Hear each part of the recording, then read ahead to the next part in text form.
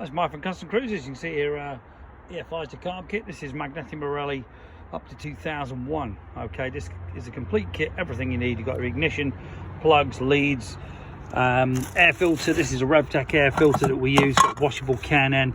The emblem goes on there. Okay, so you can fit that on there. You can actually just cover that with satin black wrap if you want, if you don't want to see the RevTech bit, just or paint it with barbecue paint. But very cool bit of kit. You get the magnetti Marelli adapter, the tap, etc.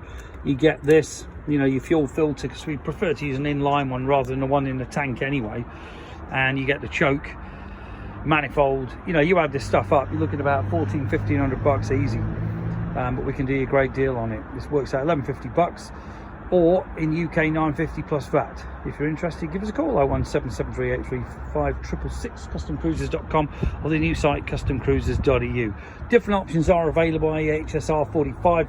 You can also have a different air filter, which will cost you more money, I'll be honest with you, but give us a call. Thank you. Comes with different jets, as you can see.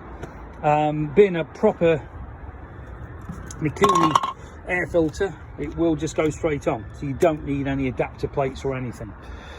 Thank you.